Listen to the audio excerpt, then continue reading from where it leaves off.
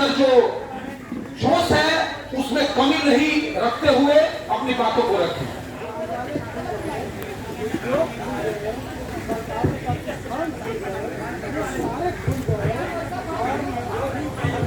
Hello,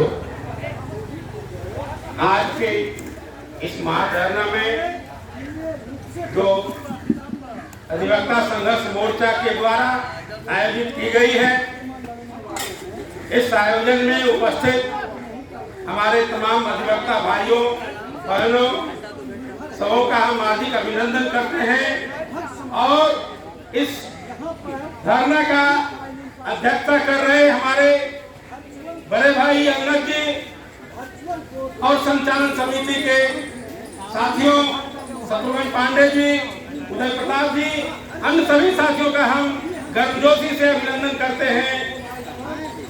आज हम धरना पर क्यों बैठे हैं, यह एक सवाल है।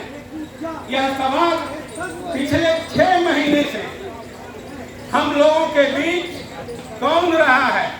हम लोग परेशान हैं और जुडिशियरी का जो सिस्टम है वह सरकार के तरीके से चलने की दिशा में बढ़ गया है, जबकि हम सभी लोग इस बात को जानते हैं कि जुडिशियरी एक स्वतंत्र और स्वायत्त संस्था है, उसकी अपनी स्वतंत्रता है, उनके ऊपर बहुत बड़ी जिम्मेदारी और दायित्व का निर्वहन करने का दायित्व है।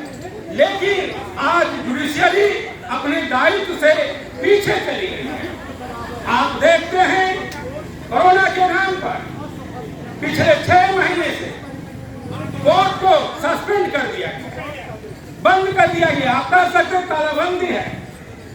आप समझ सकते हैं जिस व्यवस्था में सरकार की तमाम कमियों और जनता के न्याय के लिए अगर कोई दरवाजा है, वह अंतिम दरवाजा हमारे संविधान में, संवैधानिक व्यवस्था में न्यायपालिका है, जहां से हम उम्मीद करते हैं, एक आशा भरी किरण से हम इस उम्मीद में रहते हैं निश्चित रूप से हमें न्याय मिलेगा।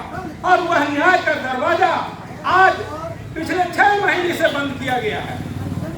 हमारे चीफ को ये मालूम नहीं है कि आखिर में हम कैसे इस बात से निपटेंगे, कैसे हम कोरोना से निपटेंगे, कैसे हम लोगों को न्याय उपलब्ध करा पाएंगे, जबकि हमारे तमाम साथियों ने, कई साथी इसके पूर्व रखे और हम लोग जानते हैं कोई ऐसा कोर्ट नहीं है, खास करके अगर हाई कोर्ट देखें जिसकी दूरी सुनवाई की काफी दूरी रहती है, मेंटेन कर सकते हैं, वो व्यवस्था कर सकते थे, लेकिन वो उचित समझे कि हम अपनी संस्थाओं में ताला बंद कर, वो आज के डेट में यही उचित, ये बहुत गंभीर चिंता का विषय है।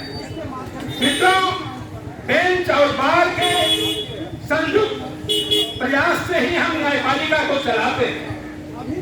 आज जो बेंच की हालात है और बार के सदस्य, हम अधिवक्ताओं का जो हमारा मातृत्व संगठन है बिहार बार काउंसिल भवन, वो आज मृतप्राय की स्थिति में है। उनके लोग जिस तरीके से कहा जा सकता है कि हाईकोर्ट में कई लोगों ने प्रोटेस्ट किया, प्रोटेस्ट के बाद हमारे अधिवक्ता संघों के लोग, बार काउंसिल के सदस्यों ने चीफ को जाकर के इस बात का मेमोरेंडम देते हैं कि आप जब भी बात करें तो अधिकृत संस्थाओं से बात करें। इस मामले में चीफ को बहुत बेहतर मौका मिल गया और वो आराम से न्यायालय को बंद करके उनके साथ गलवैया कर रहे हैं। मुझे कहने में कोई कोताही नहीं, जो बात हकीकत है उसे हमें बताना ही होगा। आप समझ सकते हैं कि सब लोग जानते हैं कि जिन लोगों ने विरोध किया कि सिर्फ हमसे बात होगी, आप अन्य संगठनों से नहीं बात करेंगे। लोकतांत्रिक सिस्टम में यह अधिकार सबों को है कि वो अपनी बात को अपने बैनर से, अपने तरीके से उठाए। मित्रों, आज जो हालात है पूरे न्याय व्यवस्था का, वो चरमरा गया है। आज आप देख सकते हैं कि हम एक सवाल पूछना चाहते हैं। चीफ जस्टिस महोदय, आपको ये मालूम है जिसके तमाम मजलूम न्याय की आशा लेकर के आपके पास आपको देखता हो, वह अपना दरवाजा बंद कर ले। कितना यह चिंता का विषय है। आज पिछले 6 महीने से कितनी महिलाएं, कितने बच्चे भरण पोषण के लिए सड़कों पर हैं।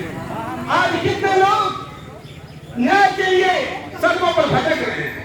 आप देख सकते हैं कि आज अपराधी बम है, न्यायपालिका के बंद होने से अपराधियों का बोलबाला बन गया। अधिवक्ताओं का जो हालात है, इस हालात से हम सब अवगत हैं।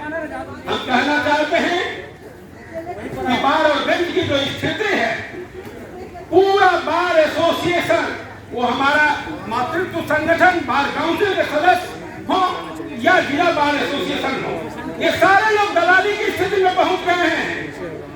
इसलिए हम कह सकते हैं किसी को कोई चिंता नहीं हुई कि बिहार के 1.5 से 2 लाख अधिवक्ताओं का क्या हाल है, उसको जानने का, कैसे उसको हम हल करेंगे, क्या उनको कोरोना से प्रभावित उनका परिवार या इस आपदा की स्थिति में उनका परिवार प्रभावित हुआ या नहीं हुआ, इसकी चिंता नहीं।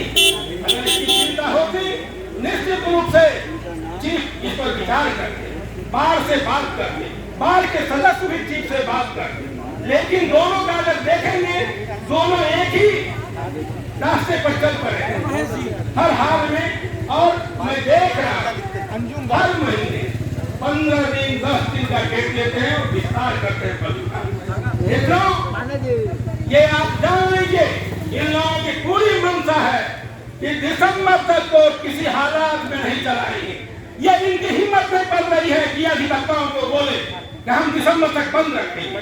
चीफ की ये हालात है, लेकिन काम वो वही कर रहे हैं हमारे मुख्य न्यायाधीश महोदय कि बार बार 10 दिन के लिए कोर्ट को टाल रहे हैं। फिजिकल डिस्टेंस के नाम पर आप कोर्ट नहीं चलाना चाहते हैं। तमाम चीजें खुल गई है सरकार के स्तर से, मॉल, दुकान, बाजार, हाट सारा खुल चुका है।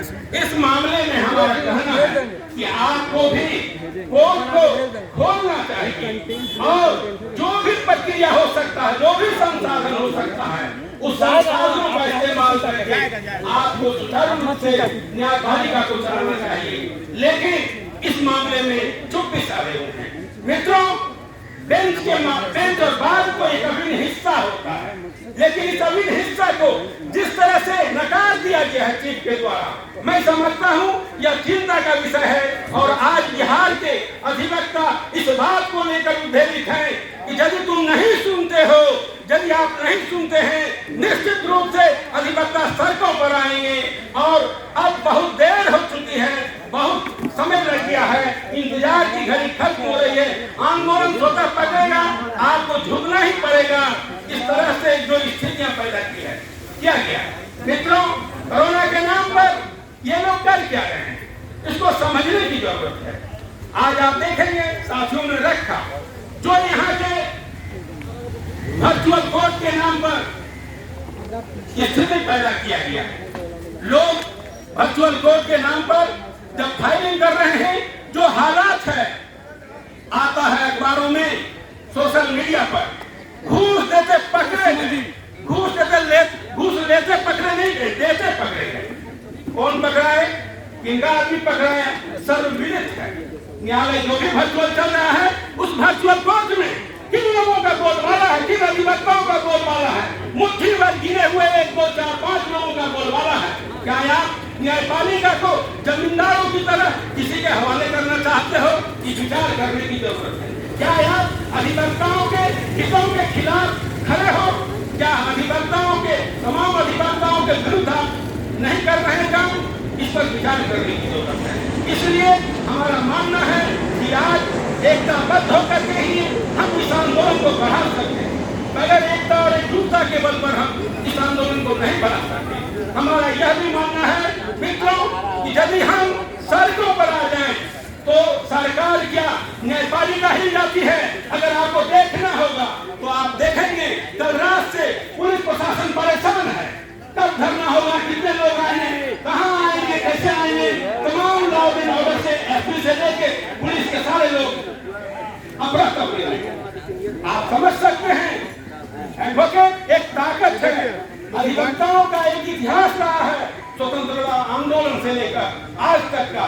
यदि वह बगावत के रास्ते पर आ जाए तो अच्छी अच्छी सरकारें ही जाती है। चीफ महोदय, आप किस गली के हैं, आपको समझना चाहिए।